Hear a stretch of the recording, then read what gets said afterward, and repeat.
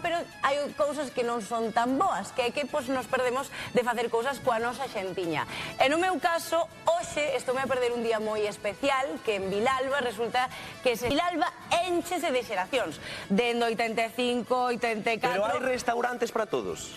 Bueno, porque cada ano hai unha xeración máis, claro. Hai moitos restaurantes, sí, pero hai outras que igual xa deixan de facer ou fan en outras datas, o case que hoxe Vilalba está chea de xeracións. A verdade é que os nosos compañeiros de Hora Galega son maravillosos, xa que non podo estar eu ali de corpo presente, pois estamos de espírito a través da nosa compañeira Alejandra.